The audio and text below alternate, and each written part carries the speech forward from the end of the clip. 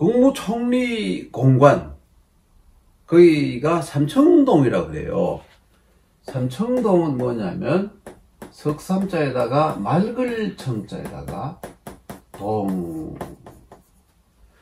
여러분 우리나라에 보면 무슨 동도 있고 무슨 리도 있죠. 그럼 여기 무슨 차이가 있느냐 하면, 동은 뭐냐면 산 계곡 사이를 동이라 그래요. 물론 동굴도 동이라 그러지만, 그죠?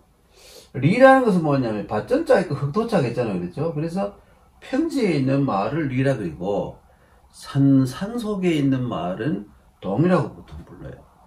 그래도 이제 삼청동이 있는데 저 서울 그 북쪽에, 그렇죠? 거기에 총리 공관이 있는데, 총리 공간 부근에 어떤 이런 돌에 어떻게 새겨 있냐면, 이게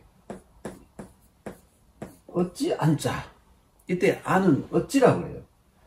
득은 뭐뭐 하겠는가 이런 말이고, 얻을 득자지만 뭐뭐 하겠는가 말이고, 여기다 보면 세 번째 불자가 되고, 그렇죠? 그 다음에 여기에는 사랑 애자가 들어있어요. 네. 그러니까 이게 무슨 뜻이냐면 안득불애라고 쓰여 있어요. 근데 이것이 이 초서로 쓰여 있어가지고 사람들이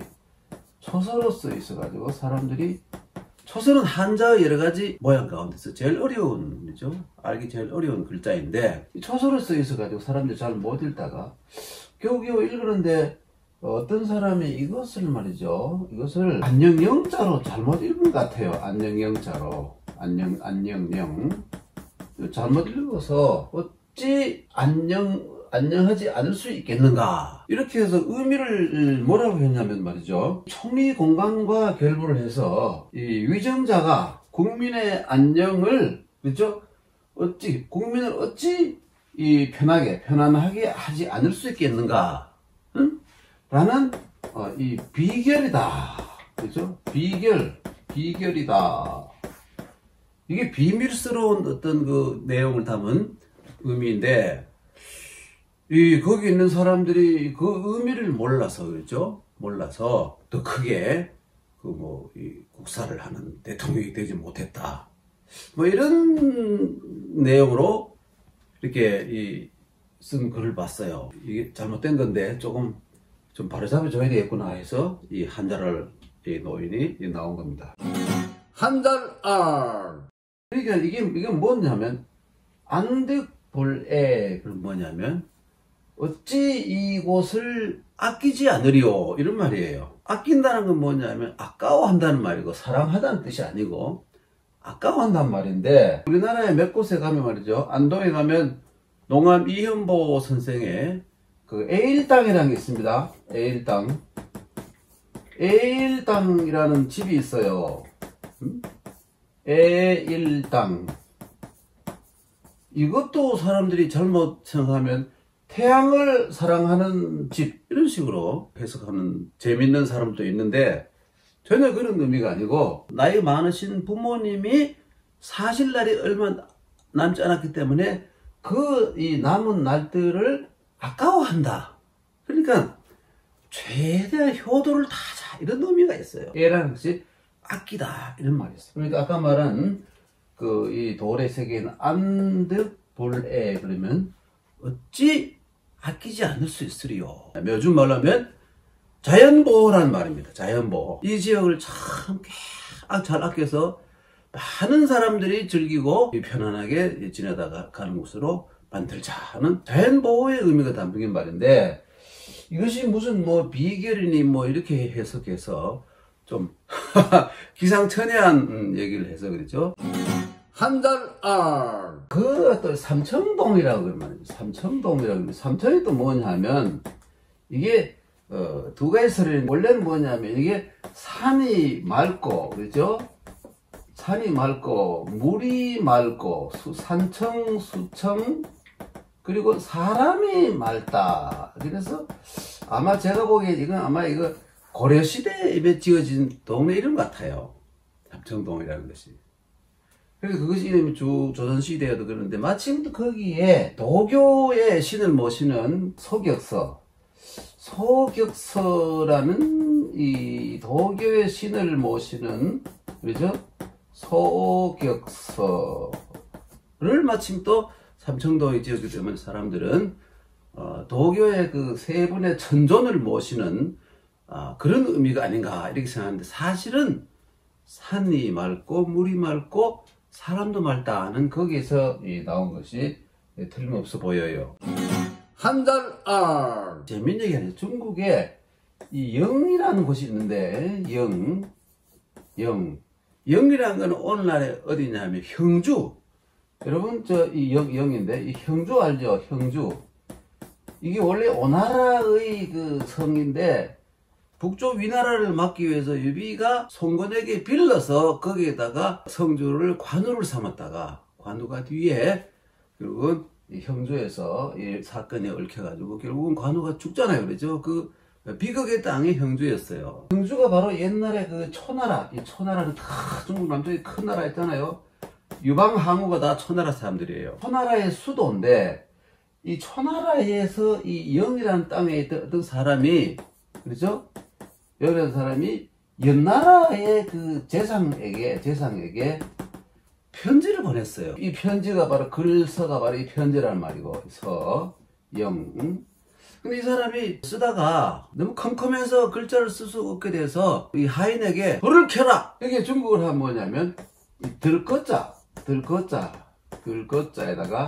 소수자가 있죠. 촉. 이 뒷날은 납초가 되지만 옛날엔 촉에는 나무를 이렇게 기름에 묻혀가지고 이렇게 불을 붙이는 건 좀 커요. 횃불 같은 거에. 그 촉! 그러니까 심부름한 사람이 와서 불을 켰겠죠. 그럼 자기가 쓰다 보니까 그만 자기가 말해놓고 자기가 그 촉이라고 이 편지 속에다가 그 촉이라고 써버렸어요. 그런 거는 모르고 보냈는데 연나라의 재상이 이걸 받아보니까 다른 건 내용을 알겠는데 갑자기 중간에 그 촉이라고 나와있어. 이게 무슨 뜻일까 고민을 하다가, 아하, 이 촉이라는 것은 분명히 현명한 인재들이고, 그라는 건 들것자니까 등용을 하라. 연나라가 잘 되려면 초야에 있는 훌륭한 인물들을 많이 등용을 하라, 이런 의미인 줄로 알고 임금님에 가서 얘기를 했더니 임금이 좋은 말이다 해가지고 초야에 있는 선비들을 많이 모아가지고 연나라가 갑자기 이제 흥성하게 된 거예요. 그래서 이걸 가지고 영서연설이라 그래요. 예, 이건 뭐 해설, 이해 이런 말이죠. 그래서 이게 엉뚱하게도 좋은 효과를 낳는, 이럴 때 영서연설이라는 말을 써요. 이 어찌 안자, 그렇죠? 이 안자는 여러분 어떻게 이해하면 되느냐면 이 기러기 그리고 고니를 할 때는 혹이라 읽어요. 곡이라 읽으면 안 됩니다. 혹이, 그죠? 안지, 어찌 알겠느냐. 아가 아니고, 여기 홍옥이 아니고, 여기 제비의 모양 그린 것이죠. 작은 새, 요거, 새 주자에다 작을 소자.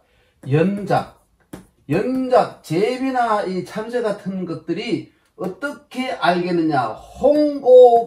홍곡지 뜻을, 이런 말이 있잖아요. 큰 인물들의 생각을 이 소인들이 어떻게 알겠느냐 하는 그러한 얘기가 있는데, 이게 안자가 바로 어찌라는 말이에요. 안득, 그죠?